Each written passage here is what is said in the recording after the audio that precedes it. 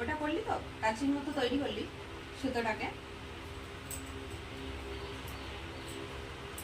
এরকম করলি, ঠিক আছে। এইবার যখন লোম তুলবি, লোম কিন্তু সোজাভাবে উঠবে না, হাতটা দিয়ে এখানে, হাতটা রাখ।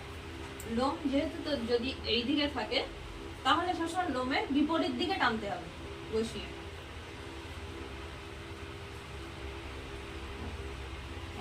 এরকম বসালি লোমটাকে, তুই যদি এই দিকে টানিস কখনোই উঠবে না, সবসময় এভাবে বসিয়ে উল্টো দিকে এইভাবে টানতে হবে।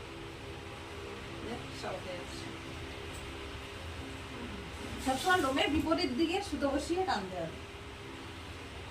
বসালি কোন দিকে? হাতটা ডান হাতটা ছিল এই দিকটা। হ্যাঁ, তো লোমগুলো যেহেতু এই দিকে ফিরে আছে, তাহলে এই দিকে সুতো ঢুকিয়ে টানতে হবে। প্রথমে প্র্যাকটিস করবে নিজের পায়ে, কারণ হাতের লোম তো দু হাত দিয়ে নিজে তুলতে পারবি না, তাহলে নিজে